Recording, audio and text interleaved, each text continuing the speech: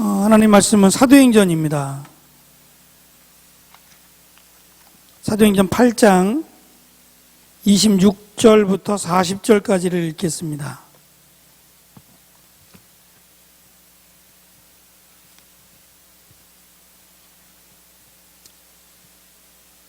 사도행전 8장 26절부터 40절까지를 같이 읽겠습니다. 읽으면서 그냥 빨리 읽어 내려가지만 말고 의미를 되새기면서 읽어야 돼요. 같이 읽습니다. 26절부터 40절입니다. 주의 사자가 빌립에게 말하여 이르되 일어나서 남쪽으로 향하여 예루살렘에서 가사로 내려가는 길까지 가라 하니 그 길은 광야라. 일어나서 보니 에디오피아 사람 곧 에디오피아 여왕 간다게의 모든 국고를 맡은 관리인 네시가 예배하러 예루살렘에 왔다가 돌아가는데 수레를 타고 선지자 이사야의 글을 읽더라. 성령이 빌립더러 이르시되 이 수레로 가까이 나아가라 하시거늘 빌립이 달려가서 선지자 이사야의 글을 읽는 것을 듣고 말하되 읽는 것을 깨닫느냐? 대답하되 지도해 주는 사람이 없으니 어찌 깨달을 수 있느냐 하고 빌립을 청하여 수레에 올라 같이 앉으라 하니라. 읽는 성경 구절은 이것이니 일러스되 그가 도살자에게로 가는 양과 같이 끌려갔고 털 깎는 자 앞에 있는 어린 양이 조용함과 같이 그의 입을 열지 아니하였도다. 그가 굴욕을 당했을 때 공정한 재판도 받지 못하였으니 누가 그의 세대를 말하리요? 그의 생명이 땅에서 빼앗김이로다 하였거늘 그 네시가 빌립에게 말하되 청하건대 내가 묻노니 선지자가 이 말한 것이 누구를 가리킴이냐? 자기를 가리킴이냐? 타인을 가리킴이냐? 빌립이 입을 열어 이 글에서 시작하여 예수를 가르쳐 복음을 전하니 길 가다가 물 있는 곳에 이르러 그 네시가 말하되 보라 물이 있으니 내가 세례를 받으면 무슨 거리낌이 있느냐? 이에 명하여 수레를 멈추고 빌립과 네시가 둘 다 물에 내려가 빌립이 세례를 베풀고 둘이 물에서 올라올새 주의 영이 빌립을 이끌어 간지라. 네시는 기쁘게 길을 가므로 그를 다시 보지 못하니라. 빌립은 아소도에 나타나 여러 성을 지나다니며 복음을 전하고 가이사라에 이르니라. 아멘. 지금 우리가 읽었던 이 말씀도 초대교회에 있었던 사건입니다. 어찌 보면 빌립이 갑자기 나타나고 또 갑자기 사라져요. 무슨 마법을 쓴 것도 아니고 갑자기 빌립이 사라져버렸고 또 어떻게 보면 갑자기 빌립이 이 네시에게 나타납니다. 결국 이 사건이 말하고자 하는 건 뭐냐면 빌립이 사마리아라고 하는 이방인의 땅입니다. 전혀 예수를 믿지 않은, 특히 사마리아 사람들은 모세 오경만 믿어요. 그러니까 창세기, 출애굽기, 레위기, 민수기, 신명기 이 모세 오경만 믿고 그 나머지 성경들은 하나도 안 믿어요. 그러니까 율법이 담겨있는 모세 오경 이걸 믿으니까 율법은 지켜요. 오히려 더 철저하게 유대인들보다 율법은 지키지만 그 율법 그 이상의 것은 받아들이지 않는 겁니다. 그런 이방인의 마을인 사마리아에 가서 복음을 전했을 때에 또 거기에서도 그들이 성령을 받는 놀라운 역사를 우리에게 가르쳐 줍니다. 그리고 또다시 이번에는 사마리아보다 더 멀리 떨어져 있는 에디오피아라고 하는 전혀 다른 나라죠. 사마리아는 이스라엘 땅에 한 곳을 차지하고 있었고 에디오피아는 완전히 다른 나라예요. 그러니까 마치 예루살렘과 온 유대와 사마리아와 땅끝까지 이르러 복음이 증거된다고 하신 것처럼 사마리아를 넘어서서 에디오피아라고 하는 저 먼 나라에까지 복음이 전파되고 있다는 것을 지금 말하고자 하는 거예요. 여기 나타난 네시의 이름은 몰라요. 네시라는 것은 뭔지 알죠? 성경에는 환관장이라고 쓰였어요. 누가 있죠? 환관장. 누가 환관장이에요?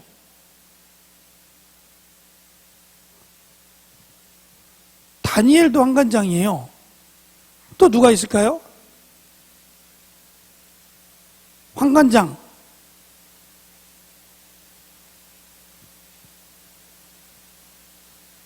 느헤미야도 환관장이에요. 술 맡은 관원장 이렇게 나오지만 넷이에요. 넷이는 구원받을 수 없다 그랬어요. 유대인들은. 성경이 아니고, 성경은 분명하게 넷이 고자라고 설명하는데, 고자도, 그러니까 고자가 되면 자녀를 낳을 수 없죠. 낳을 수 없어요. 지금 같으면 입양을 하겠지만 뭐 그런 입양이 허용되던 시대가 아니니까 넷이는 아이를 낳을 수 없어요. 그러니까 아이를 낳지 못하는 것, 이것을 마치 하나님의 저주로 받아들인 거예요. 그런데 하나님께서는 고자라고 해도 하나님을 믿으면, 그리고 하나님 말씀을 따르면 하나님의 백성이다라고 가르쳐 줬어요. 근데 유대인들은 이것을 받아들이지 않는 거예요. 유대인들이. 이 넷이는 굉장히 높은 지위를 가지고 있었어요. 재정을 자기가 소나귀에 쥐고 이 재정을 감당하는 사람이었으니까, 그러면 굉장히 바쁠 거예요. 한 나라의 국고를 맡았다고 생각해 보세요. 얼마나 바쁘겠어요? 안 바빠요? 돈이 들어오고 나가고, 또 뭐 그냥 들어오고 나가는 것만 해요?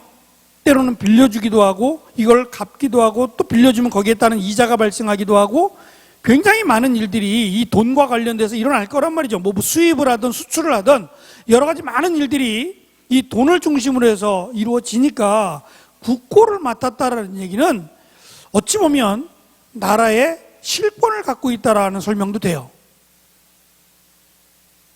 그럼 굉장히 바쁘고 또 나라의 큰 실권을 가진 사람이 예루살렘을 왜 왔냔 말이에요. 그것도 어떤 그 수행원을 동반하거나 군인들을 대동해서 어디 다른 나라로 파송되는 대사나 이런 식으로 가는 게 아니라 개인적인 업무로 예루살렘까지 가는 거예요. 그 바쁜 사람이, 그 중대한 책임을 맡은 넷이가 다른 나라잖아요. 이스라엘은 아주 작은 나라입니다. 우리나라의 강원도밖에 되지 않아요. 굉장히 작은 나라, 이 예루살렘까지 먼 길을 마다하지 않고 온단 말이에요. 그것도 잠깐 왔다 갈 수 있는 거리가 아니기 때문에 적어도 보름 이상, 한 달 가까이의 시간을 어찌 보면 허비해야 되는 거예요. 그러면 여왕이라고 했으니까 이 여왕이 이 넷이에게 갔다 오라 그랬겠어요? 워낙 믿음직하니까, 아니면 넷이가 거짓말을 하고 내가 이스라엘과 어떠한 계약을 맺고 이스라엘과 어떠한 것을 통해서 많은 이득을 취할 것 같으니까 나를 보내달라고 그렇게 말을 했겠어요? 적어도 넷이는 신앙을 갖고 있었어요. 성경을 읽고 있었으니까 신앙을 갖고 있었다는 얘기는 자기 이익을 위해서 거짓말을 하진 않았다는 얘기예요.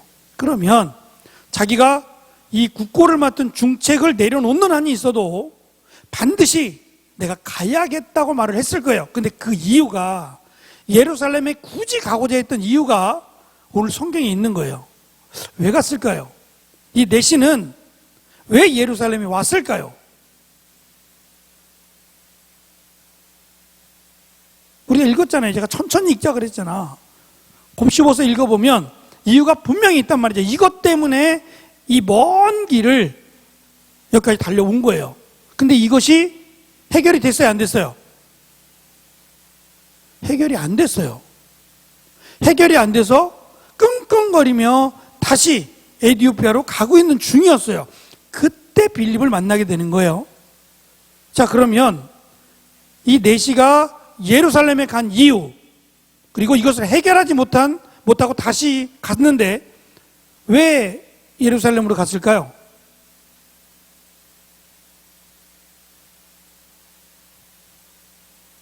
성경을 읽으면 궁금하지 않아요? 성경이 진짜 있었던 역사적 사실이라고 믿는다면, 소설책 말고 진짜 역사적인 사실이라고 믿는다면 궁금하지 않아요? 궁금해하는 게 정상인데, 물론 사람마다 조금씩 다를 수 있어요. 궁금한 사람도 있고 궁금하지 않은 사람도 있겠지만 만약에 이게 사실이라면 한번 그림을 그려보세요. 이 상태를 가지고, 이 말씀을 가지고 그림을 그려보라고요. 그리고 왜 그랬을까를 자꾸 붙여보세요. 왜? 내시가 무슨 일 때문에? 왜? 여기에 비밀이 많아요. 자, 내시가 왜 갔어요? 왜 예루살렘으로 갔을까요? 예배를 드리러 갔어요?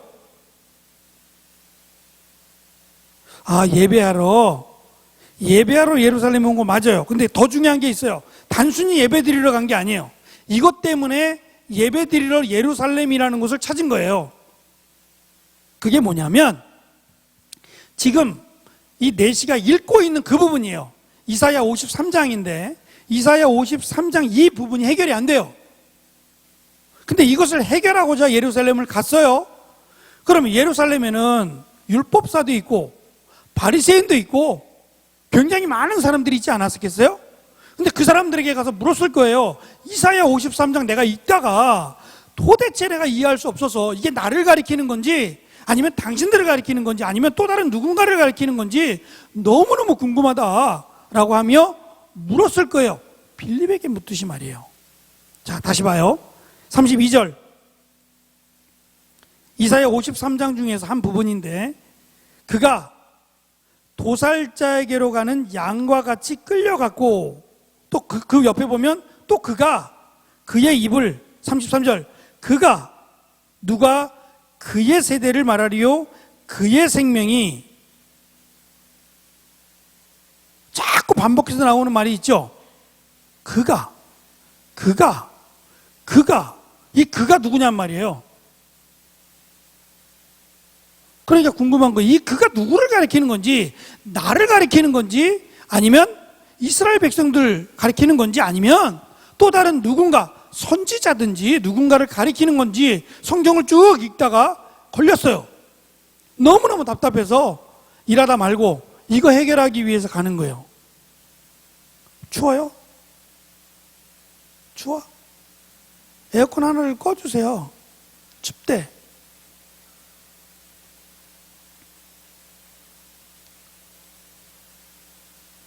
만 이해가 되세요? 성경을 읽어가다가 이사야 53장에 딱 걸렸어요. 지금 이사야 53장까지 올 때까지 무슨 얘기가 등장하냐면 메시아에 대한 얘기가 나오기 시작해요. 메시아라는 말은 히브리어예요. 구약의 언어가 메시아 히브리어고 신약의 언어가 헬라어인데 이 구약의 언어로는 메시아, 신약의 언어로는 그리스도예요. 똑같은 말이에요. 똑같은 말인데 히브리어로 말하면 메시아가 되고 헬라어로 말하면 그리스도가 돼요. 똑같은 말이에요. 이 메시아에 대한 설명을 하는데 유대인들은 이 메시아가 이스라엘을 지금 바벨론이나 아수르나 페르시아나 이렇게 포로로 잡혀 있는 이 나라로부터 우리를 구원할 자, 하나님의 전능하신 선지자라고 여겨왔어요. 이름이 메시아가 아니에요. 그냥 우리를 구원할 자, 그분이 메시아다라는 거였어요. 그래서 이 메시아는 전능자예요. 막 손만 휘두르면 사람들이 막 죽어나가고 산이 무너지고 바다가 갈라지고 이런 전지전능한 능력을 가지신 분으로 여겨왔어요. 그래야지 우리를 구원하지 않겠어요? 근데 메시아에 대한 설명이 쭉 오다가 갑자기 53장에서 그가 라고 설명이 되기 시작했어요. 그러니까 여기서 멈췄어요. 도저히 못 참겠다. 내가 이걸 해결하지 않고는 견딜 수가 없다라고 해서 그냥 뛰쳐나왔는지 왕비에게 말도 안 하고 여왕에게 말도 안 하고 뛰쳐나왔는지 아니면 정식으로 보고를 하고 나왔는지 성경이 없어요. 그거는 관심이 없으니까 중요한 것은 이 바쁜 사람이 이 중대한 일을 맡은 사람이 어찌 보면 자기들의 글도 아니고 이스라엘 백성들이 읽는 성경에 관심을 갖고 그 성경 때문에 궁금해서 여기까지 왔다는 거예요. 여러분 어떻게 생각하세요? 여러분은 기도하다가 너무 기도하고 싶어서 교회 온 적 있어요? 집에 있다가 또는 어디에 있다가 너무너무 기도하고 싶어서 견딜 수 없어서 그냥 일하다 말고 뭐 하던 일 놓고 막 교회로 달려와서 기도한 적 있어요? 아, 있다 그래야 되는데. 있다 그래야 되는데. 있어? 너 모태신앙이잖아. 제가 누구라고 이름을 밝힐 수가 없는 거예요. 이 녹화가 되기 때문에. 누구라고 밝힐 수 없는 게 다혜야.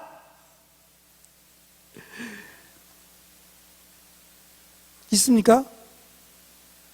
말씀을 읽다가 이 말씀이 너무 감격이 되어서 성경책 붙들고 울어본 적 있으세요?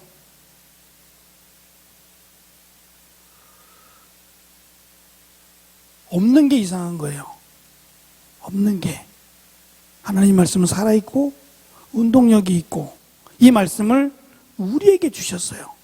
우리 눈높이에 맞춰서 우리가 이것을 읽으면 그리스도를 닮아가게 돼 있고 하나님을 사랑하게 돼 있어요. 그래서 성경을 읽는 자가 복되고 그 말씀을 듣는 자가 복되다라는 말씀은 우리에게 주신 것이 우리를 힘들게 하기 위해서 주신 게 아니라 여기에 하나님께 갈 수 있는 방법이 하나님의 사랑이 하나님의 은혜가 담겨 있기 때문에 그래요. 근데 이것 말고 뭐 다른 것들을 찾아서 은혜를 받겠다고 하면 가장 어리석은 일이죠. 이 사람은 이방인이에요. 근데 어떻게 해서 성경이 이 사람 손에 쥐어졌는지는 알 수 없어요. 분명한 것은 이 사람이 이방인이다라는 것은 분명해요. 유대인이 아닙니다. 근데 이방인이 어떻게 해서 이 말씀이라는 성경책을 손에 쥐게 됐는지 모르지만 여기에 왜 관심을 갖게 되냔 말이에요. 자기들의 신도 아니고 자기들이 이것을 읽고 토론하는 것도 아니고 학교에서 가르쳐주는 것도 아니고 전혀 자기들의 삶과 상관이 없는 이 말씀을 어떤 경로를 통해서 접하게 됐는지 모르지만 그가 말씀을 읽으면서 분명한 것은 이 말씀 안에 들어갔다는 거예요. 그렇기 때문에 모든 것을 내려놓고 심지어 갔다가 오면 잘릴 수도 있고 감옥에 갇힐 수도 있어요. 다른 종교에 다른 신을 섬긴다는 이유로 죽임을 당할 수도 있는 거예요. 왜냐하면 지위가 높을수록 그 책임이 크니까. 근데 그런 위험도 감수하고 달려왔다는 거예요. 근데 달려와서 물어봤어요.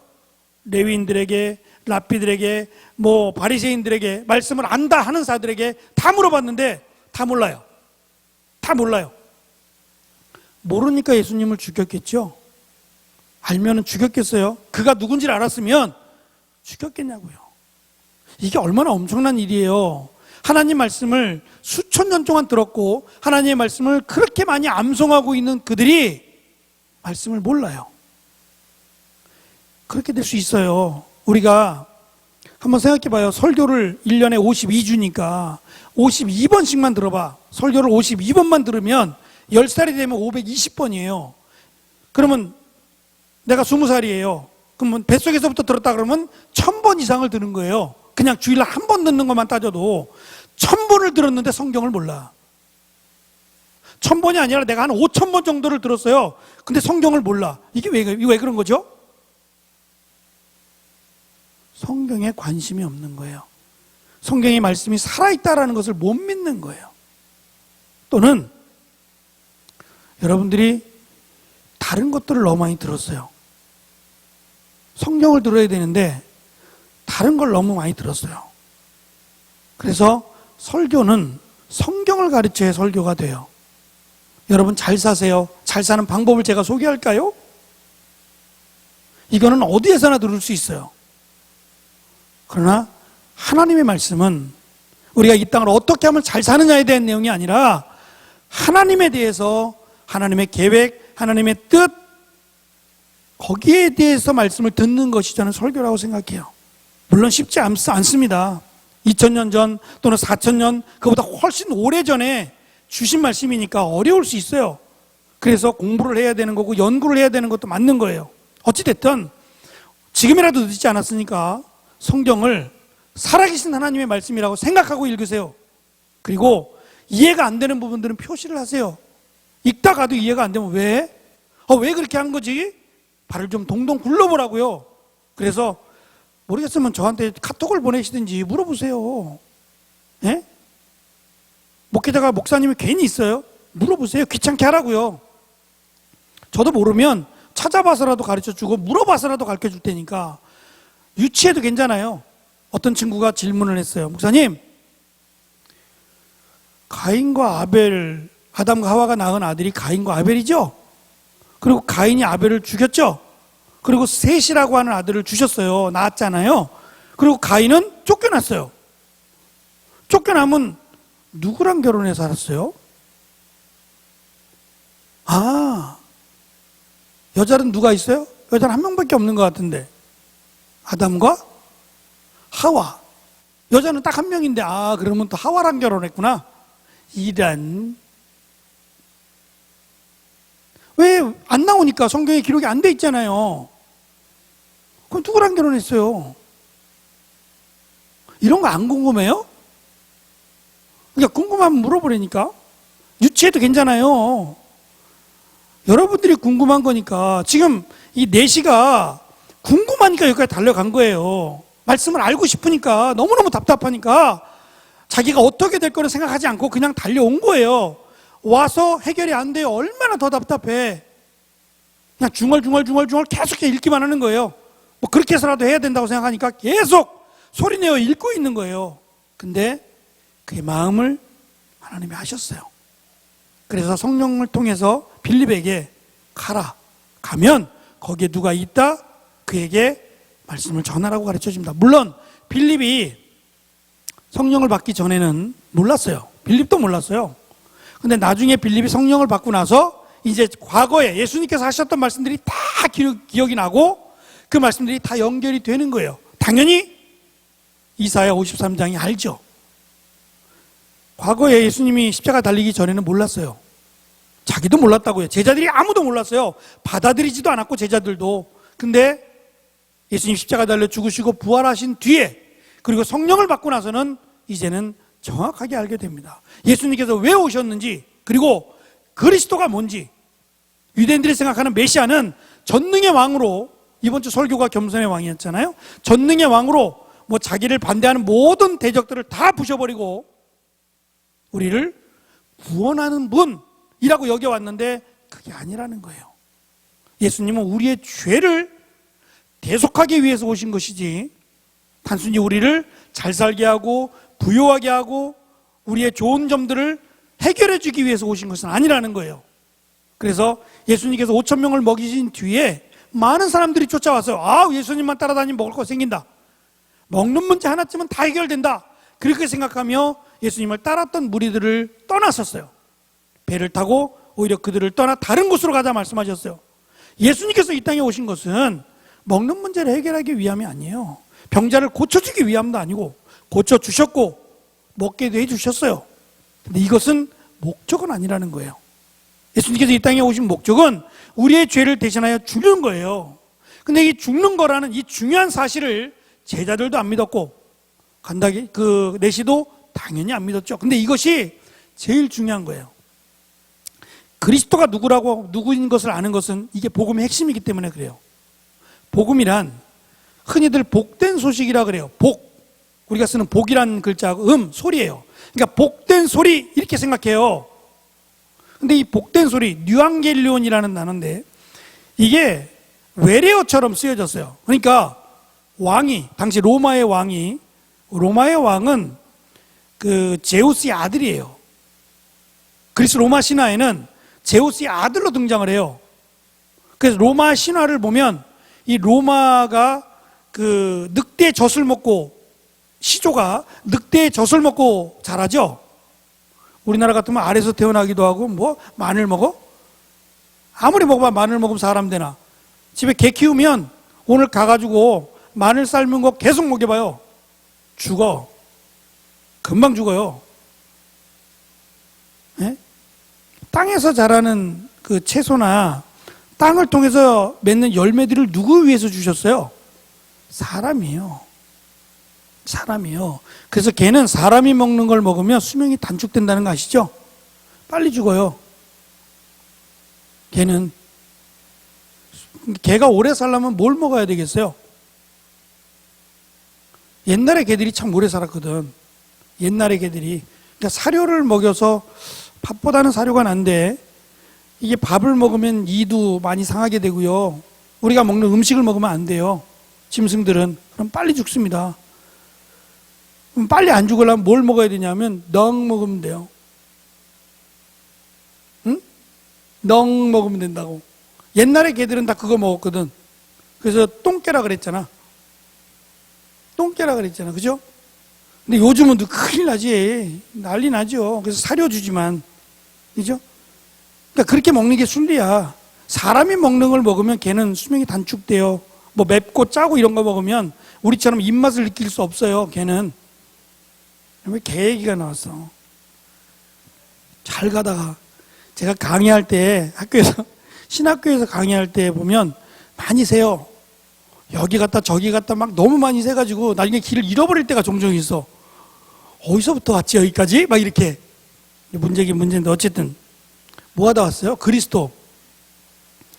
복음이라는 것이 그 왕이 황제가 그 과거로 돌아가면 2000년 전이든 그 이전이든 간에 이게 그 과거의 구약에서는 돈을 어떻게 썼냐 하면 지금처럼 화폐가 아니에요. 500원, 1000원, 만원 이런 게 아니라 무게로 달았어요. 무게로 달아서 쓰다 보니까 얼마나 피곤해. 들고 다녀야 되잖아요. 그러니까 막 돈을 들고 다닌다고 생각해봐. 그 무겁고 얼마나 불편해요. 나중에 화폐가 만들어지게 되는데 이 화폐에다가 황제의 얼굴을 집어넣기 시작했어요. 우리나라도 그러죠? 우리나라도 뭐 대통령의 얼굴을 집어넣은 건 아니지만 유명하신 분들, 존경하는 분들의 얼굴을 새기잖아요. 근데 그들은 아예 황제의 얼굴을 새겼어요. 그러니까 황제는 신의 아들인 거예요. 근데 이 황제가 뭐라고 말하냐면 내가 복음이라 그랬어요. 내가 복음이다. 왜 그러냐면 자기 한마디 말이면 감옥에 들어있는 사람도 자유를 줄 수 있고 배고픈 자에게 먹을 걸 줄 수 있고 모든 문제를 해결해 줄 수 있는 복음, 복된 소식은 나다. 그래가지고 황제가 앞에 쓰면서 흰옷을 입고 막 이렇게 손들면 나와요. 손들면서 황제가 나오면서 하는 말이 나는 신이고 나는 복음이다. 이런 말을 했어요. 마가복음 1장 1절이 뭐예요? 복음의 시작은 황제가 아니고 몰라요? 봐봐요. 마가복음 1장 1절 1장 1절이에요. 마태복음, 마가복음. 그래서 이 말씀이 시작되는 거예요. 하나님의 아들 예수 그리스도의 복음의 시작이라. 그러니까 복음의 시작이 황제가 아니고 복음의 시작은 예수 그리스도라는 거예요. 그래서 이 말씀이 1장 1절에 나오는 거예요. 황제는 자기가 복음이라 그랬어요. 진정한 복음이 뭐냐면 예수님께서 이 땅에 오신 이유, 그리고 이 땅을 통해서 우리에게 이루신 일, 이게 진짜 복음이에요. 왜냐하면 여기에 구원과 죽음이 갈라지기 때문에 그래요. 그러니까 예수 그리스도께서 오신 이유, 이거를 알면, 이걸 믿으면 어떻게 돼요? 영생을 얻죠. 그래서 이걸 복음이라 그래요. 그냥 뭐 복된 소식 이게 이 정도가 아니고 그리스도가 누군지, 그리스도가 왜 이 땅에 오셨는지 이것을 한마디로 딱 요약하면 복음이 돼요. 제가 오늘 여러분들 두 권의 책을 나눠줬어요. 일단 얇은 거 한번 보세요. 얇은 책 맨 앞에 이게 헬라어예요. 영어하고 비슷해요. 영어하고 비슷한데 크리스토스라고 돼 있어요. 읽으면 크리스토스예요. 책이 저 뒤에 있어요. 두 권인데 두 권 다 받으세요. 크리스토스. 맨 페이지 보면 제 이름도 조그맣게 하나 들어가 있어요. 그죠? 제가 썼다는 게 잘난 체 하는 거지. 네? 제 이름도 하나 들어가 있어요. 목사님이 이것을 쓴 것은 오래전에 쓴 게 아니에요. 제 기억으로는 2년 전에 제가 심각하게 고민하면서 쓴 거예요. 그러니까 저도 그 전까지는 그냥 그러려니 하고 받아들였어요. 근데 왜 이것이 저의 마음속에 확 와닿았냐면 제가 로마서를 공부하면서 이걸 보게 돼요. 이 페이지 가면 먼저 사도행전 24장 24절 수일 후에 총독이에요. 벨릭스가 그의 아내 유대 여자 드루실라와 함께 와서 바울을 불러 그리스도 예수 믿는 도를 들었어요. 보편적으로는 성경은 예수 그리스도라고 써요. 예수 그리스도. 예수가 그리스도라는 말인데 바울은 이걸 바꿔요. 로마서를 보시면 3장 24절, 6장 3절, 6장 23절, 8장 1절 이거 말고도 반복해서 계속 등장하는 내용이 그리스도 예수예요. 예수 그리스도 뭐가 달라? 예수 그리스도 그리스도 예수 뭐가 달라라고 말할지 모르지만 바울은 그리스도가 받아들일 수 없었어요. 예수는 그냥 십자가에 달린, 어쩌면 돌에 맞아 죽고 십자가에 달린 사람, 사생아, 뭐 이 정도로 그냥 치부해버리면 돼요. 메시아는 달라요. 바울은 유대인이었을 뿐 아니라 가말리엘 문화생이었고 바리새인 중에 바리새인이었어요. 율법을 철저하게 배웠던 사람이에요. 그도 역시 마찬가지로 메시아가 누구냐라고 물어보면 메시아는 로마로부터 우리를 구원할 전지전능한 선지자 이렇게 믿었단 말이에요. 그래서 예수님이 능력을 행할 때는 우와 그랬어요. 병든 자를 고치고 죽은 자를 살리고 5천 명을 먹이고 무리를 걸어가실 때에는 우와 예수가 메시아 아니야? 다들 그런 마음을 먹었어요. 그런데 예수가 병든 자와 친구가 되기도 하고 가난한 자들의 집을 방문하고 고아나 과부나 심지어는 하나님의 저주를 받았다고 여기는 나병 환자들에게까지 가서 식사를 한단 말이에요. 이거는 메시아로서는 탈락이다. 메시아는 하나님이 보내신 전지전능한 선지자인데 그가 왜 이런 저주받은 사람들과 어울리느냐? 라고 하면서 죽여야겠다라는 생각을 하게 돼요. 예수님이 오신 목적은 죽는 거예요. 인간의 모든 죄를 대신해서 죽으시는 거예요. 이거를 받아들일 수 없어요. 어떻게 메시아가 죽어요? 제가 요한복음 12장 34절 말씀드렸죠. 그리스도는 영원히 죽지 않는다 함을 들었거늘 안 죽는다는 거예요. 메시아가 왜 죽어요? 전능자인데 안 죽는다고 여겼는데 예수님은 계속해서 죽는다. 나는 죽는다. 라는 말씀을 하시니까 메시아가 아니다. 예수는 메시아가 아니다. 메시아 흉내를 내고 있으니 죽여야 된다라고 하면 오히려 더 화를 냈고 예수님을 십자가에 매달라고 외쳤던 거예요. 그들이 예수님께 박수쳤던 사람들이에요. 근데 죽는다고 자꾸 얘기하니까 죽으면 끝나잖아요. 아니 죽으면 어떻게 우리를 구원해요? 그러니까 화가 나서 여태까지 우리를 놀린 거였어? 우리를 갖고 논 거야? 라고 하면서 오히려 예수를 죽이라고 소리를 치게 됩니다. 밑에 내용을 보시면 예수님께서 제자들에게 물으셨어요. 너희들은 나를 누구라고 하느냐? 길가에서 물으셨을 때 제자들은 어떤 이들은 엘리야라고도 하고 어떤 이들은 선지자라고도 하더이다 라고 들었던 얘기들을 얘기했을 때 베드로가 이렇게 얘기해요. 주는 그리스도시요 살아계신 하나님의 아들입니다. 이거는 퍼펙트한 대답이에요. 퍼펙트한 대답. 그때 뭐라고 말씀하시냐면 이것을 알게 한 이는 너에게 이것을 말하게 한 알게 한 이는 혈육이 아니요 하늘에 계신 아버지다. 이 무슨 말이냐면 예수님이 그리스도라는 것을 말해주고 보여줬다는 거예요. 만약에 하나님이 예수님이 내가 메시아야 라고 말씀하지 않으면 아무도 알 수 없어요. 아무도 알 수 없습니다. 하나님의 뜻을 우리가 어떻게 알 수 있어요? 어떻게 알 수 있어요? 하나님의 뜻은 직접 말씀하시거나 또 한 가지 선지자를 통해 말씀하시거나 둘 중에 하나예요. 그러면 봐요. 이스라엘 백성들이 죄악을 행함으로 이 죄악이라는 것은 우상을 섬기는 거예요. 음란하게 사는 거예요. 하나님을 떠남으로 그 다음의 내용이 뭐냐면 하나님이 저들에게 가지 않아요. 가지 않을 뿐만 아니라 선지자도 안 보내요. 그러면 어떤 현상이 벌어지냐면 하나님의 소리를 들을 수 없어요. 이것을 저주라고 말해요. 이사야서를 읽다 보면 무서워요. 내 손에 피가 가득해서 하나님 우리의 길을 듣지 않는데요. 하나님이 귀가 없어 듣지 못함인 줄 아느냐? 하나님이 손이 없어 너희들을 구원하지 못할 줄 아느냐? 이렇게까지 말씀하시면서 내 손에 피가 가득함이라. 죄가 가득해서 하나님이 일부러 귀를 막아버렸다는 거예요. 반대로 하나님께 나아오면 하나님 마치 기다렸다는 듯이 우리의 기도를 들으신다는 거예요. 비록 내가 하나님을 떠나 있더라도 계속해서 말씀하시는 것은 돌아오라. 돌아오라는 거예요. 근데 왜 이렇게 돌아오기가 어렵죠?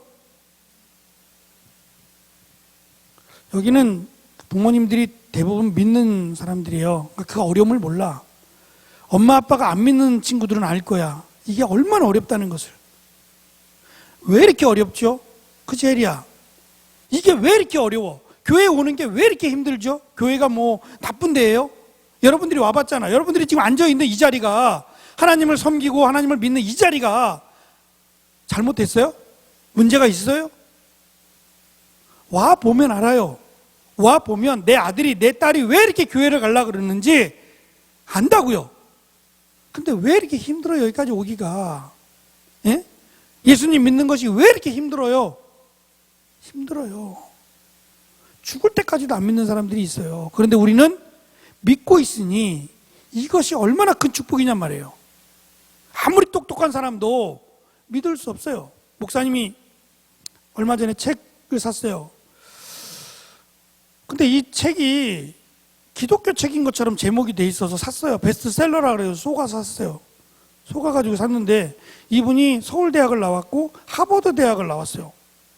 이 정도 되면 굉장한 엘리트죠. 지식인 아닙니까? 근데 그 굉장한 엘리트며 지식인이며 또는 뭐 이스라엘의 언어를 공부하고 저는 기대를 많이 하고 봤어요. 성경을 못 믿어. 성경을 못 믿어요. 자기가 성경을 어떻게 알아? 예? 우리가 성경을 이해할 수 있을 만큼 지식이 있어요? 없어요. 우리는 성경을 이해할 수 없어요. 이 시대의 이 언어를 어떻게 이해를 다 해요? 다 할 수 없어요. 하나님께서 우리에게 설명하고 기적을 베푸셨어요? 기적을 베풀고 나중에 말씀하신 것이 훨씬 많단 말이죠. 믿는 거예요. 믿으면 이해가 되는데 믿을 수 없는 거예요. 내가 워낙 똑똑하니까 내가 이해가 되지 않으면 못 믿는다고 말하고 있더라고요. 어리석다. 참 어리석다. 차라리 지식이 짧아서 무조건 믿는 사람보다 더 어리석어요. 지식이 많다는 것, 똑똑하다는 것이 오히려 하나님께로 나아가는데 방해가 되는구나. 바울이 딱 그랬단 말이에요. 오히려 내가 가진 지식, 배설물과 같이 그냥 버려야 되겠다라고 말하게 된 것은 그리스도를 믿지 못해서 그래요. 그 다음 내용을 보시면 그래서 주는 그리스도시요. 정확하게 말을 했어요. 문제는 뭐냐면 주가 그리스도라는 걸 몰라요. 이게 무슨 말인지. 그때 예수님께서 이제 이 설명을 하세요. 주가 그리스도에 대한 설명을 어떻게 하시냐면 이제 내가 고난을 당하고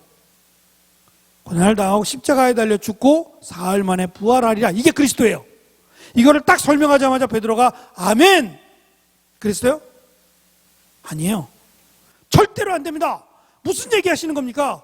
내가 무슨 일 있어도 막을 겁니다. 그랬죠? 그때 예수님께서 베드로에게 뭐라고 하세요? 역시 베드로는 달라. 역시 베드로는 수제작감이야. 그렇게 했어요?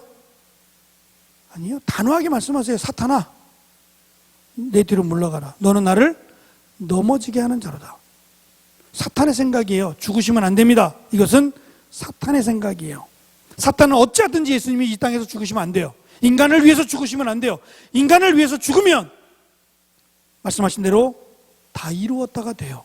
예수를 믿으면 구원을 받아요. 그래서 더 이상 사탄이 손댈 수 없는 경우까지 간단 말이죠. 그러니까 예수님이 죽으시면 안 돼요. 어떻게 하든지 사탄은 방해를 해야 돼요. 베드로가 예수님이 그리스도인 줄 알았으면 3번 부인했겠어요? 가룟 유다가 예수님을 팔았겠어요? 다 이해할 수 없었어요. 이해로 하는 게 아니었단 말이죠.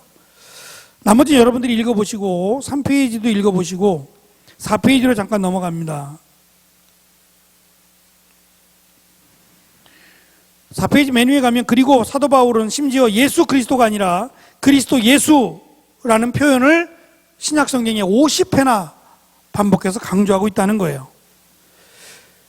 5페이지 중간으로 가면 이 그림 있는 쪽에 중요한 것은 그리스도가 신약 성경에 529회나 등장하는데 기름 부음과 관련해 등장하는 것은 한 번밖에 없어요. 나머지는 뭐예요? 나머지는 기름 부음에 대한 얘기가 아니라 어떠한 얘기냐면 그리스도는 우리의 죄를 대신하여 죽고 부활하신다. 이게 그리스도예요. 그러니까 그리스도는 죽는다. 이게 그리스도라고요.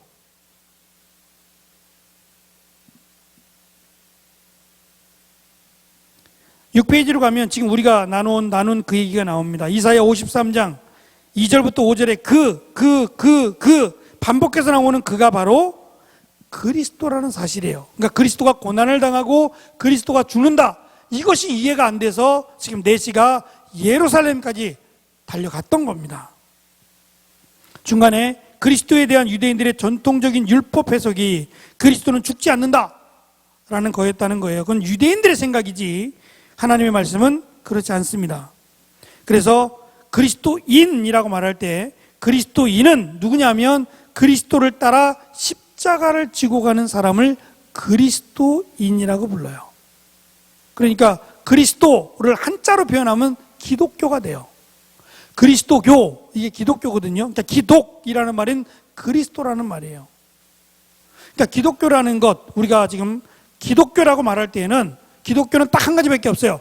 그리스도를 따라가는 것, 그리스도를 따라 죽는 거예요. 그리스도를 따라 고난을 당하는 것을 기독교라고 불러요. 근데 언제부턴가 기독교를 믿으면 부자가 된다? 기독교를 믿으면 성공한다? 기독교를 믿으면 이런 식으로 변질이 되어버렸어요. 그리스도라는 말은 그리스도와 같이 죽는 거예요. 그리스도와 같이 고난을 당한 거고 그리스도를 따라가는 것을 그리스도인이라고 불러요. 그럼 그리스도를 따라간다면 그리스도께서 우리에게 보이신 게 뭐예요? 우리의 죄를 대신하여 죽으신 거 아니에요? 우리가 예수 그리스도를 믿음으로 고난을 당하는 사람이 그리스도인인데 내가 잘 되고자, 내가 부자가 되고 성공하고 이렇게 생각한다면 그리스도인이 아니죠. 그리스도인으로 살아가면 어려움을 겪을 수밖에 없어요. 어느 때나, 지금은 좀 덜하지만 과거에는 훨씬 심했어요. 그리스도인으로 살아가면 죽는 거였으니까. 우리나라 과거 유교를 믿을 때 또는 불교를 믿는 집에서는 호적을 판다는 말을 썼어요. 저도 그 얘기 들었어요. 호적 판다고. 아니 설마. 근데 진짜 파는 사람도 있어요. 내 자식이 아니라는 거예요. 왜냐하면 우리 집안에 예수 믿는 사람이 나오면 집안이 망한다 그랬어요. 여러분들은 못 들어봤을 거예요. 그거 행복한 거지. 못 들어봤을 거예요. 어느 날부터인가 예수생이가 우리 집에 들어와가지고 우리 집안이 망하고 막 사촌이 막 다 망하고 이렇게 생각을 했어요. 그래서 절대로 안 되는 일이었어요. 그러니 그때 믿으면 어땠겠냐고요. 제가 이건 참 어리석은 얘기인데, 제가 중학교 때 제가 사실 이런 거를 좀 고민을 얘기했더라면, 전사님이나 목사님들한테 좀 물어봤더라면 좋았을 법했는데, 제 딸은 또 똑똑하다고 제가 내린 결론이에요. 절을 하라 그러는 거예요. 그렇죠? 절하라 그러잖아요. 그러면 도망가야 되는데 도망가면 갔다 와서 혼날 것 같으니까 꾀를 냈어요. 그래, 까짓거 뭐 내 마음은 절하지 않아. 나는 모습만 절하는 거지 실제 내 마음이 중요한 거니까 내 마음은 절하지 않아. 그리고서 절할 때마다 주기도문을 외웠어요. 사도신경을 외우고 십계명을 외웠어요. 그러면서 저는 의기양양했어요. 봐라, 나는 100번이고 1000번이고 절한다. 근데 실제로 내 마음은 절하지 않고 기도한단다. 난 얼마나 잘했는 줄 알아? 잘한 거예요? 잘했다고 생각하세요? 결국은 핑계된 거예요. 고난당하는 것이 싫어서 꾀를 부린 거에 불과해요. 잘못된 거죠. 마음이 있으면 뭐가 있어야 돼요? 그 마음에 맞는 뜻과 의지가 나와야 그것이 진정한 거죠. 차라리 맞더라도 내가 절하지 않겠습니다 라고 말을 했어야 맞는 거예요. 그걸 나중에 배웠어요. 나중에. 저는 그게 맞는 줄 알았는데 잘못된 거예요. 그렇게 하면 안 돼요. 그래서 나중에 이제 절하자 그러면 살짝 사라진 거예요. 없어졌죠. 뭐 거기 있으면 어쨌든 안 되니까. 사라졌어요. 사라져서 밖에서 기도했어요. 밖에서 집 기둥 잡고 기도했어요. 어떻게 하면 좋겠냐고. 이러다가 우리 집이 다 지옥 가게 생겼는데 지금 말도 안 되는 우상에게 절을 하고 있고 귀신에게 절하는 거와 뭐가 다르냐 그러면서 정말 그 기둥 붙잡고 눈물을 흘리면서 기도했어요. 근데 한 세기가 가기 전에, 반세기도 아니죠, 반세기가 가기 전에 재산은 없어졌어요. 재산 없어졌어요. 그리고 집안에 목사가 나왔잖아요. 그죠? 절대 귀신은 하나님을 이길 수 없어요. 믿음은 원래 이기게 돼 있어요. 이거 믿음이란 글자 자체는 사탄이 절대 못 이기는 글자가 믿음이에요. 절대 못 이겨요. 중요한 것은 이 믿음이 내 생각이 아니어야 돼요. 정말 예수님을 믿는 믿음, 하나님을 믿는 믿음으로 가야 진짜 믿음이 돼요. 사탄은 이 믿음을 이길 수 없어요. 절대 못 이깁니다. 아무리 발버둥 쳐도 못 이겨요. 그래서 예수님께서 하신 말씀은 내가 세상을 이겼노라. 이미 아예 그냥 단언을 해버렸어요. 이겼다라고 말씀하셨어요. 그럼 믿기만 하면 돼요. 예수님 믿으면 어차피 이긴 거예요. 이건 절대 질 수 없는 게임이에요. 사탄은 절대 우리 이길 수 없다. 그래서 베드로전서 4장 16절에서 한 번 딱 나오는 그리스도 예수라고 하는 그 부분인데 3번이나 부인했던 베드로가 이런 말을 해요.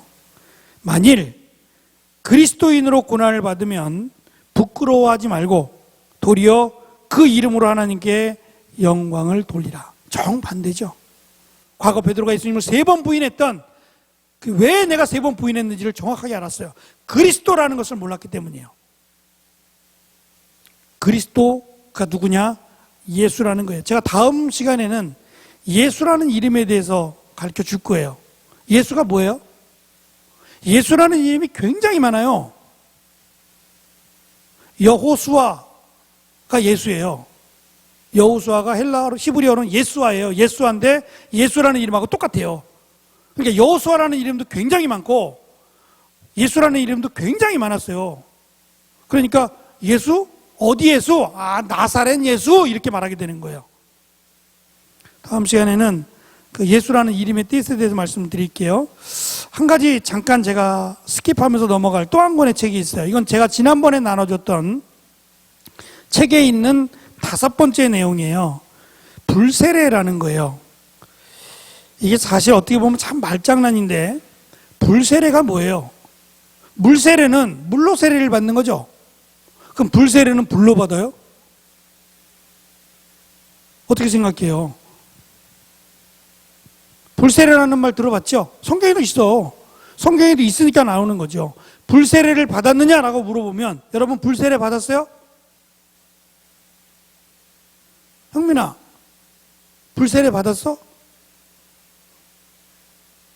너무 너 자신 있게 얘기하는 거 아니야? 지금 1초도 기다려보지 않고 확 그냥 얘기하는데. 오늘 승원이가 안 왔어요. 승원이가 대답을 정확하게 하는데 아쉽다. 승원아, 보고 있니? 다혜야, 불세례 받았어?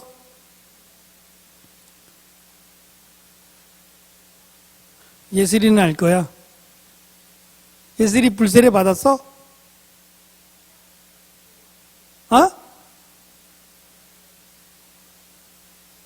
나한테 물어보는 거야? 참 지혜롭지요? 참 지혜로워요. 물세례의 반대를 말하기 위해서 불세례를 얘기했어요. 제가 지난번에 물세례를 얘기했어요. 물세례라는 것은 예수 그리스도를 믿었다라고 하는 증거예요. 증거. 내가 예수 그리스도를 믿었다. 예수 그리스도 나를 위해 죽으셨고 부활하셨고 예수 그리스도를 믿으면 구원을 받는다 라고 말할 때 세례를 받는 거예요. 물로. 성부와 성자와 성령의 이름으로 세례를 받는 거예요. 그러니까 뒤집어 얘기하면 세례를 받았다고 구원받는 건 아니에요. 세례는 이 사람이 정말 믿음이 있는지 예수 그리스도를 믿었는지 안 그래도 받을 수 있는 거. 나 받고 싶어 그래서 장난으로도 받을 수 있는 거 아니에요. 그러니까 세례를 받았다 그래서 다 구원받는 건 아니라는 거예요. 그러나 구원받은 사람이라면 세례를 받아야 한다. 안 받아도 구원받아요. 안 받아도 구원받는데 왜 세례를 받아야 되느냐? 제가 지난번에 얘기했는데 교회라고 하는 공동체 때문에 그래요. 세례 교인이 되면 세례를 받으면 멤버가 돼요. 교회 멤버예요. 그러니까 교회 멤버는 엄격히 말하면 세례 교인부터예요. 이해하세요? 그래서 재직회나 교회에 중요한 안건이 있을 때는 뭐라 그래요? 세례 교인 이상이라고 말을 하죠. 그러니까 세례 교인이 아니면 예수를 그리스도라고 고백하지 않으면 교인이 아니에요. 무슨 말이 이해가 되세요? 교회에 온다 그래서 다 교인이 아니라는 거예요. 예수를 그리스도라고 고백해야만 그때부터 교인인데 그러면 나는 예수를 그리스도라고 고백했는데 이걸 어떻게 확인해요? 그래서 세례를 주는 거예요. 그리고 세례 증서를 주는 이유가 확인하기 위해 세례 증서를 주는 거예요. 그래서 세례 교육을 몇 번에 걸쳐서 하면서 정말 예수를 그리스도라고 믿는지 확인해야 돼요. 그래서 정말 예수를 그리스도라고 믿고 예수를 믿음으로 구원받습니다, 받았습니다 라고 확신하면 그때는 세례를 받는 거고, 그가 드디어 교인이 되는 거예요. 이해하시겠죠? 그러니까 교회에 나온다고 다 교인이 아니에요. 예수를 그리스도로 고백하는 사람, 그리고 우리 안에, 교회 안에 세례를 받음으로 그가 정식으로 이제 예수 그리스도를 믿는 사람이 되었음을 많은 성도들 앞에 공포할 때 이 사람이 이제 드디어 우리의 멤버가 되는 거예요. 멤버가 되면 그 다음에 성찬식을 하게 돼요. 그러니까 세례 교인이 아니면 성찬식을 할 수 없어요. 성찬식은 단순히 포도주 마시고 빵 한 조각 입에 넣고 그게 아니에요. 예수 그리스도께서 우리의 죄를 대신하여 피를 흘리셨다라는 것을 고백하는 게 우리가 포도주를 마시는 거고, 예수 그리스도께서 나를 위해 살을 내어 주셨다는 것, 생명을 내어 주셨다는 걸 믿을 때 그 빵의 의미가 있는 거예요. 단순한 빵이지만 이것을 먹으면서 의미를 되새길 수 있어야 돼요. 그게 세례받은 사람, 그리고 성찬에 참여하는 거죠. 불세례라고 말한 것은 물세례를 비교하기 위해서 그래요. 그러니까 물로 세례를 받은 것은 예수 그리스도를 믿음으로 이제 믿었다라는 것을 증거하기 위해서 물세례를 줬다면, 이것은 제가 예수님께서 세례 줬다 그랬어요, 안 그랬어요? 안 줬다 그랬어요? 예수님이 물세례 줬다 그랬어요, 안 줬다 그랬어요? 얼마 안 됐는데 안 줬다 그랬잖아요. 예수님 물로 세례를 주지 않아요. 근데 과거에는 이 물과 관련된 게 있어요. 이게 이제 유대인들에게 관련된 건데, 유대인들은 정결하게 하는 예식으로, 가나의 포도잔치 사건을 잘 생각해 보세요. 정결케 하는 물이라는 게 있었죠. 도랑아리에 물이 가득 차 있고, 이 물을 이렇게 한 바가지를 떠서 내 손에다 부어줘요. 그러면 내가 손을 씻죠. 그럼 내 손에 묻은 때가 아니고 나도 모르게 만졌거나 스쳤거나 더러운 것들, 그것이 이 물과 함께 씻겨 내려간다고 믿는 거예요. 그러니까 손이 더러워서 그런 게 아니라, 우리가 생각하는 더러움이 아니고, 내가 뭔가 이렇게 만졌는데, 뭐 돈도 만지잖아요. 거래하면서 만지는데 이 돈이 누구에게 갔던 건지 어떻게 알아요? 이게 문둥병자가 만졌던 건지, 이게 병자가 아무것도 모르잖아요. 그러니까 나는 알고는 안 만지지만, 몰라서 만졌지만 혹시라도 이것을 죄인이 만졌던 것일 수 있으니까 이 죄악이 나에게서 떠나가기 위해서 식사를 하기 전에 물을 부어줘서 내 손을 씻어서 내 손에 묻은 죄가 흘러내려가는 거예요. 전장에서는 옷을 벗을 수가 없는 거예요. 그럴 때는 물을 뿌렸어요. 그 군인에게 물을 뿌려서 정결케 하는 예식을 행했던 거예요. 그러니까 물과 관련된 것은 씻기는 거예요. 깨끗하게 씻기는 거예요. 그 예수님께서 제자들의 발을 씻긴 것은 한 가지 이유 때문이에요. 왜 발을 씻겼을까? 미안해요. 곤란하게 하는 것 같아. 한번 생각해 보라는 의미에서 그냥 한 거예요. 이게 시키려고 그러는 게 아니고. 걱정하지 마세요. 흥민아, 걱정하지 마. 시키려고 그러는 거 아니야. 근데 왜 그랬는지 혹시 아니? 발이라는 것은, 발이 사실 제일 더럽잖아요. 제일 많이 움직이고, 이스라엘은 먼지가 많아서 그냥 샌들 같은 거 신고 다니니까 얼마나 더러워지겠어요. 그리고 땀이 흐르면 막 시커멓게 되기도 하고 냄새도 심하지 않겠어요. 그래서 씻겼을까? 예수님이? 그건 아니에요. 예수님이 제자들의 발을 씻기는 장면이 딱 한 번밖에 안 나와요, 성경에. 그러니까 예수님이 제자들을 만날 때마다 발을 씻긴 게 아니라 맨 마지막 예수님이 십자가에 달리시기 전에, 그 전날 밤에 제자들의 발을 씻기신 거예요. 다른 그 복음서랑 연결해 보면 성찬식을 하고 제자들의 발을 씻긴 건데, 이 발을 씻기는 게 뭘 의미하냐면, 사람이 죽으면 그냥 죽은 채로 내버려 두고 장사를 지내는 게 아니에요. 우리도 그렇지만 염이라는 게 있어요. 염. 씻기는 거예요. 깨끗하게 씻겨주는 거예요. 죽은 사람, 이게 이제 단순히 우리는 깨끗하게 하기 위해 씻기지만, 이스라엘 백성들의 경우에는 이 사람이 죽음이라는 것도 있지만, 죽기 전에 어떠한 일을 겪었는지 아무도 모르잖아요. 그래서 최소한 죽었지만 이 사람의 죄악을 떨어뜨린다는 의미에서 씻겨요. 그리고 맨 마지막에 발을 씻기면 끝이에요. 그러니까 얼굴에서부터, 머리에서부터 쭉 내려가서 발을 씻기면 이 사람에 대한 모든 것이 끝나요. 그래서 우리는 죽으면 옛말에 그런 말이 있었어요. 숟가락을 놓으셨다고. 이런 말 알아요? 굉장히 오랜 말인데, 굉장히는 아니겠지만 숟가락을 놓으셨습니다. 그러면 돌아가셨다는 말을 완곡하게 표현한 거예요. 근데 이스라엘 백성들은 반대로 발 씻겼습니다. 그러면 그분 돌아가신 거예요. 그러니까 예수님이 제자들의 발을 씻겼어요. 그럼 왜 씻겼겠어요? 죽으라는 거예요. 제자들에게 하신 말씀이 죽으라는 거예요. 어떻게 죽어요? 주를 위해 죽으라는 거예요. 제자들은 몰랐어요. 나중에 안 거예요. 주를 위해 죽으라는 의미가 세족식입니다.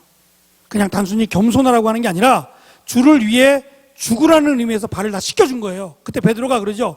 발만 씻겨서 그러니까 내 온몸을 다 씻겨달라 그랬더니 예수님이 이미 깨끗하게 된 사람, 예수 그리스도를 믿음으로 깨끗하게 된 사람은 발밖에 씻을 게 없는 거예요. 다시 말하면 깨끗하게 씻겼어요. 예수 그리스도를 믿음으로 죄악이 다 사라졌어요. 그러면 해야 될 일은 주를 위해 죽는 겁니다. 근데 이것을 못하고 살기 위해서 예수님을 부인했던 거죠. 그래서 세족식을 우리가 영성수련회 가면 세족식을 하죠. 제가 그때 얘기하는 거예요. 그때 얘기하는 것은 이게 헤어짐의 발씻김이에요. 내가 그리스도로 인하여 죽겠다라는 고백으로 발을 씻겨주는 거예요. 서로의 발을. 다른 의미가 있어요. 어쨌든 만남에서는 그렇게 안 하죠. 만남에서는 이런 설명 안 하지만 영성에서는 해요. 죽음의 발씻김이에요. 이게 발씻기면 이 사람은 죽는다라는 것을 내포하고 있어요. 그래서 내가 주를 위해 죽겠다. 손도장도 찍고 하는 이유가 그거예요. 내가 주를 위해 죽겠다라는 각오와 결단으로 살아가자라는 고백을 하는 겁니다. 단순하지 않죠. 그래서 이 불세례라는 말은 정말 불세례를 받는 게 아니라 물세례. 그러니까 죄를 내가 예수 그리스도를 믿음으로 죄사함을 받았다라고 하는 물세례와 이제는 예수 그리스도를 믿음으로 내가 그리스도 안에서 하나가 됐다라는 표현을 설명하고자 불세례라는 말을 쓴 거예요. 그러면 지금은 불세례라는 말 안 써도 돼요. 그렇죠? 굳이 불세례라는 말이 왜 필요해요? 세례 요한이 주던 물세례와 지금 우리가 교회 내에서 행하고 있는 물세례가 다른 거예요. 세례 요한은 죄사함의 물세례를 준 게 아니에요. 회개한 것에 대한 물세례였죠. 근데 예수 그리스도를 믿음으로 지금 물세례를 받았기 때문에 이 물세례를 받은 사람은 어떻게 돼요? 성령이 임하는 거죠. 예수를 주라 고백함으로 물세례를 받으면 세례를 받는 것과 상관없이 예수 그리스도를 믿으면 불세례를 받는 게 돼요. 이해하시겠어요? 조금 어려울 수 있는데 물세례와 상관없이 예수를 그리스도라고 고백하면 그것을 확인하기 위해서 물세례를 준 거고 물세례와 상관없이 내가 예수를 주라고 고백하고 예수를 메시아로 믿으면 그것이 불세례를 받는 거라고요. 성령이 우리 안에 임하는 것, 그것을 말하는 거예요. 그러니까 엉뚱하게 어떤 옛날에 부흥사가 불세례를 받으라고 자 불세례 받으라 그러고 막 장풍 날리고 제가 피했다 그랬잖아요. 이건 코미디야. 정말 성경을 모르는 거죠. 받으라고 받아? 다 타 죽지. 불세례 받아라! 불세례 받아라! 그러면 그냥 웃어, 그렇게. 그냥. 당신이나 받으세요. 그러고 웃어. 아닙니다. 불세례를 받으라 그래서 주고받고 할 수 있는 게 아니에요. 이거는 물세례와 반대되는 것을 설명하고자 이 불세례라는 언어를 쓴 거지. 예수 그리스도를 믿음으로 우리가 동시에 예수 그리스도를 믿음으로 우리 안에 성령이 임해. 이것 자체가 불세례입니다. 근데 또 받아요? 아니에요. 안 받아요. 예? 성령을 받는 것은 딱 한 번입니다. 예수 그리스도를 믿음으로 성령은 받아요. 그럼 내 안에 성령이 임하시는 거지. 성령 받으라, 성령 받으라. 이거 사실 성령 이 찬양은 안 맞는 거예요. 그건 안 믿는 사람들에게 하는 거예요. 우리 교회 내에서 하는 건 좀 안 맞아. 성령 받으라, 성령 받으라. 우린 받았어요. 또 받아요? 아니에요. 그냥 안 받은 사람이 우리 안에 있을 수 있잖아요. 교회 처음 온 사람도 있고 하다 보니까 그 찬양을 드리는 거지. 예수 그리스도를 믿음으로 이미 성령을 받은 사람들은 성령 받으라, 성령 받으라 그 찬양은 아니에요. 우린 이미 받았어요. 이해하시죠? 성령을 또 받는 거 아닙니다. 어찌됐든 오늘 말씀의 결론을 내릴게요. 35절에 가면 예수를 가르쳐 복음을 전하니가 답이에요. 예수가 복음이에요. 예수님께서 인간의 육신을 입고 오셨고, 그리고 우리의 죄악을 대신하여 죽으셨고, 십자가에 달려 죽으시고 부활하셨으며 승천하셨어요. 그리고 예수 그리스도를 믿음으로 구원을 받는다. 이것을 한마디로 요약하면 복음이에요. 바울은 여기에 모든 것이 담겨 있다고 생각해요. 왜냐하면 이것이 하나님의 뜻이에요. 하나님께서 우리에게 주신 가장 큰 축복이 뭐냐 하면 구원입니다. 이거보다 더 큰 축복 없어요. 이거보다 더 큰 은혜 없다고요. 비록 내가 당장 내일 죽어. 얼마나 슬프고 안타까워요. 그래도 어디서 만나요? 천국에서 만나요. 천국에서 만나요. 영원히 천국에서 만나요. 슬프지만 영원히 천국에서 만나는 은혜가 우리에게 있는 거예요. 그래서 이 은혜를 아는 사람이라면 잘 되는 거, 못 되는 것 때문에 불평하거나 원망하지 않아요. 이거는 조금 더 나중에 제가 설명을 할게요. 그때 가서 우리가 나누도록 하고, 어쨌든 하나님께서는, 주께서는, 예수님께서는 이 사마리아, 빌립을 사마리아로 보내서 그들에게 복음을 전하게 하시고, 이번에는 에디오피아라고 하는 먼 다른 나라에 복음을 전하게 하셔서 이 복음이 땅끝까지 증거되는 일에, 땅까지 증거되도록 하셨다는 거예요. 그래서 우리에게까지도 복음이 오지 않았어요? 이것이 하나님께서 우리에게 주신 은혜입니다. 이 받은 은혜를 기억하시고 말씀을 많이 읽으세요. 말씀을 읽는 자가 복되다고 했으니까 하여튼 시간 나는 대로 읽으세요. 시간 나는 대로. 이해가 잘 안 되면 동그라미도 치고 물음표도 찍고 하시면서 성경을 읽으세요. 그것이 우리의 믿음을 견고하게 세우는 방법이에요. 기도 많이 한다 그래서 믿음이 세워지느냐? 그렇지 않아요. 기도하지 말라는 게 아니라 기도 반드시 해야 되는데, 말씀이 없는 기도는 위험해요. 딴 데로 간단 말이에요. 샤머니즘 쪽으로 가요. 말씀이 없으면 말씀에 비추어서 기도하란 말이에요. 말씀의 기준을 세워놓고 이 말씀 안에서 기도할 때에 우리의 믿음이 더욱더 견고해집니다. 하나님의 뜻도 모르면서 기도하면 어떻게 되겠어요? 내 뜻이지 뭐. 근데 하나님의 뜻이 말씀에 있어요. 그래서 여러분 힘들고 어려우면 말씀부터 붙잡으세요. 말씀부터 읽으시고 이 말씀 붙잡고 기도하세요. 하나님께서 어떻게 역사하시나, 이 말씀을 통해서, 살아계신 하나님 말씀이니까 이 살아계신 말씀을 통해서 우리에게 위로도 하시고 힘도 주시고 또 피할 길을 주실 뿐만 아니라 능력 주십니다. 여러분이 믿는, 제가 믿는 하나님은 전능한 하나님이에요. 믿으시죠? 천지를 창조하시고 우리를 만드신, 참 신기하죠. 우리만 봐도 너무너무 신기하잖아요. 어떻게 이렇게 다르게 생겼어? 유전자도 다 다르잖아요. 다 달라요. 유전자라 그러면 그런가? 염색체가 다 다르잖아요. 예? 똑같은 사람 한 명도 없대요. 지문도 그렇다는데 지문도 똑같은 사람 한 명도 없대요. 어떻게 이럴 수 있죠?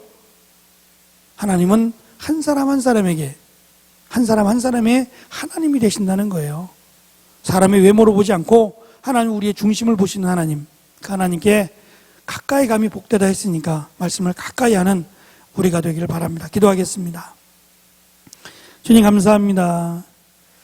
부족한 자를 통해서 하나님 말씀을 전하게 하시고 또 이 말씀을 통해서 하나님을 알아가고 하나님의 뜻과 하나님의 은혜를 알아갈 수 있는 시간 주시니 감사합니다. 육신적으로 피곤하고 또 삶 가운데 지칠지 모르지만 그래도 하나님 말씀이 좋아서 하나님 말씀을 듣고자 찬양하고자 기도하고자 여기까지 온 것을 하나님 아시오니 축복하시고 우리의 마음속에 하나님 말씀으로 가득 채워져서 하나님으로 인하여 기쁘고 감사한 삶이 될 수 있도록 저들의 젊음을 축복하여 주옵소서.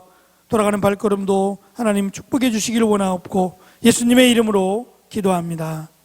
아멘. 수고하셨습니다. 오늘 여기까지 하겠습니다.